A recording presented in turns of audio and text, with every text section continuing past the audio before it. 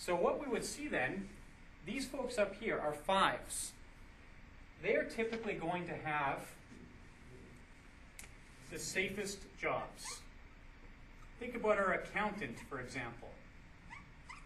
What is the likelihood of our accountant getting injured at work? Really nasty paper cut? Who knows? Also, if our accountant does get hurt, let's say our accountant goes away for the weekend skiing and breaks his leg skiing. Well, there's no reason he couldn't be back to work the next day after breaking his leg skiing. He comes back to work on cast and crutches, and he's fine. He can still do all the things that he would do as part of his day-to-day work. So we would see here short absences. Also, what we're normally going to see here is people who have worked very hard to get where they are. They've gone to school for a long time. They likely have invested more than just time and money into getting here as well. So we would say that these people typically have a high motivation and a high stability. That is, they're doing jobs that they want to do, and they're excited about doing them. Now, that's not to pick on anybody who falls elsewhere on the chart, but this is how insurance companies generally approach this. So let's have a look at our 1s now as a way of contrast. We could have, for example, a minor. A minor would be a good example of somebody who would fit into this category. And anybody who follows the news will know that these jobs are not particularly safe. We would see down here with our 1s a very dangerous set of jobs. And then imagine if our minor does go off skiing for the weekend and breaks his leg, just as our accountant had. Well, our minor is not in a position where he's going back to work on a cast and crutches. So these people would also have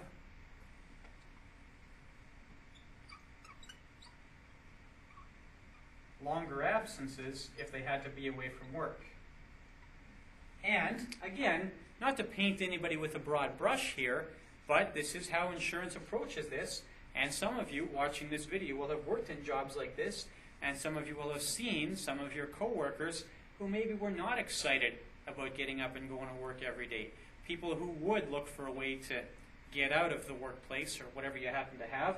So we would say over here as well that these people are going to have low motivation and low stability.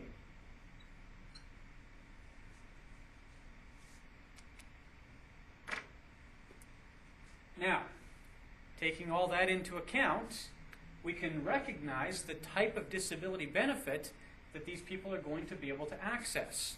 So, the folks up at the top of the chart here are going to have access to the most generous definition of disability at the lowest cost, typically. They're going to have access to, for their total definition of disability, that is, we would say this person is totally disabled when they can't do their own occupation. What does that mean? Well, that means that, let's say we have our surgeon up here. A surgeon, a very specific type of doctor, whose skills very much rely on their ability to use their hands. Let's say that our surgeon develops a disability that renders them unable to use their hands. I don't think anybody would want that person operating on them at that point. So now, what happens is we say that person normally collected the income from being a surgeon. Well, now, they're not able to do their own occupation. They're going to start to receive disability benefits by virtue of the fact they can't do that own occupation. And as long as they can't do their own occupation, they're going to continue to receive disability benefits. Now, let's say that our surgeon becomes disabled, becomes unable to use their hands, can't work as a surgeon anymore. And this person ends up collecting own occupation disability benefits. But maybe after a year or so on disability, this person says, you know, I can't just sit around the house anymore. I do have a pretty good skill set that I'd like to go out and use. And maybe what happens is our surgeon goes and gets a job at the Faculty of Medicine at the local university teaching surgery. They're going to get paid to teach surgery, and because they're still not doing their own occupation, that is working as a surgeon, they're going to continue to receive that disability benefit. So they will actually be able to double up their disability benefits.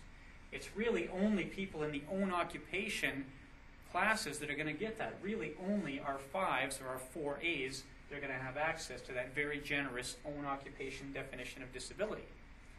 Our 1s, these folks down here, they're going to have a more restrictive definition of disability. They're going to have access to the any occupation or any OC definition of disability. And what this means, this person is going to get benefits as long as they can't do any occupation at all. So let's say we have somebody who works in the agricultural industry, maybe somebody who makes their living on grain elevators, for example, and this person becomes disabled, becomes unable to do their job. Maybe after a period of 6 or 7 months, they develop the ability to be mobile again, maybe even from a wheelchair. At that point, their doctor says, you know, there are jobs you could do. The insurance company looks at that medical report and says, that seems fair. This person could go to work in a contact center, for example, or maybe do an administrative job somewhere. Once they're able to do some other job, they're no longer eligible for that NEOC definition of disability. Now, different insurance companies are going to approach that differently. Some insurance companies will be very generous in applying that NEOC definition of disability, and some insurance companies will be more restrictive. Now, you're probably asking, well, what about these folks in the middle, our 2s, 3s, and our 4s? And chances are most of the folks watching this video fall somewhere into those categories.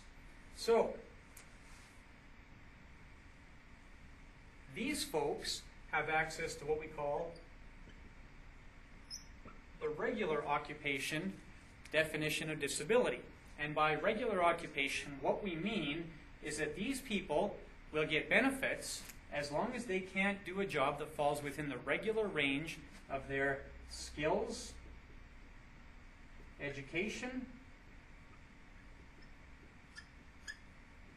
or experience. Or sometimes we would say skills, training, or experience. What that really means is you had a resume before you became disabled. The resume had a certain set of skills on it, things that you were able to do. As long as you're able to do a job that you would reasonably get with that resume, we would say you're not disabled.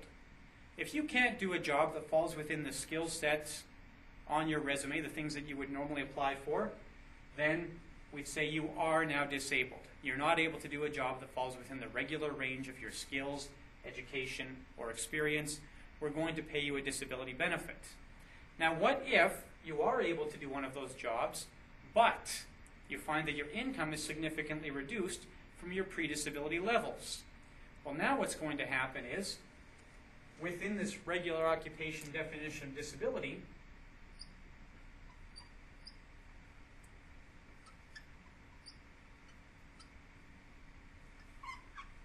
we're going to top up your income to your pre-disability level. How that actually gets interpreted varies from insurance company to insurance company.